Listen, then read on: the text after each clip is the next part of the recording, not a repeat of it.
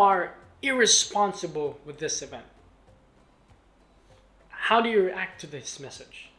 How do you feel, or what will be your initial response if you receive this text message from a coworker or a fellow minister? Face-to-face interactions already has its challenges in a sense that sometimes we are still misunderstood.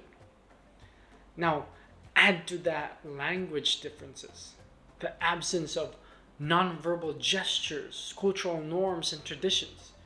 Bring all of that, for example, into an email conversation, and what you get is chaos. There are wordings and language and dialect and etiquettes.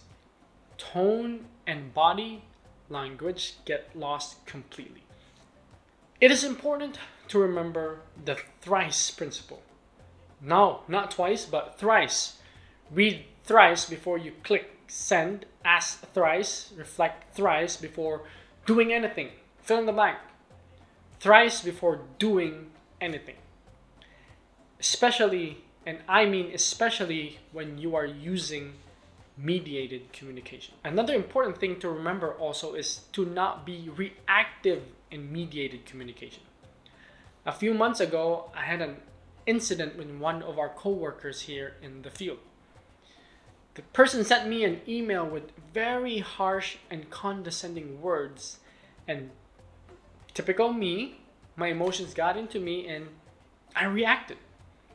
In a nutshell, we went through conflict. We had to get our leaders to mediate for us, and I'm thankful that we were able to work things out with this person.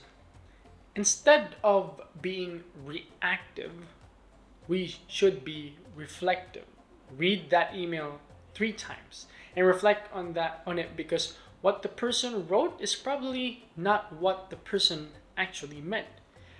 Consider the person's language if you are talking with a local. Culture and sometimes personality. Be gracious, patient, and understanding. There are many forms of mediated communication tools today, but the initial advice I gave you should apply in most medium. When dealing with conflict, no, it is not if, but when, because as long as we work with people, conflicts will always arise. We are different people having different background, history, language, and experiences trying to work together. Conflicts are not bad, they are normal. They happen and will happen wherever we are and whoever we work with. How we respond to conflict is what matters the most. So, when dealing with conflict, face-to-face interaction is still the most effective way. Remember to seek wisdom and guidance as well. You don't have to go through this by yourself. I know that we are talking about mediated communication, but I just had to say these because mediums sometimes kind of complicate things.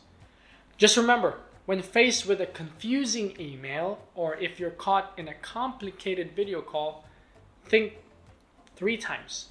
Be reflective, and finally, whatever is true, whatever is noble, whatever is right, whatever is pure, whatever is lovely, whatever is admirable, if anything is excellent or praiseworthy, think about such things.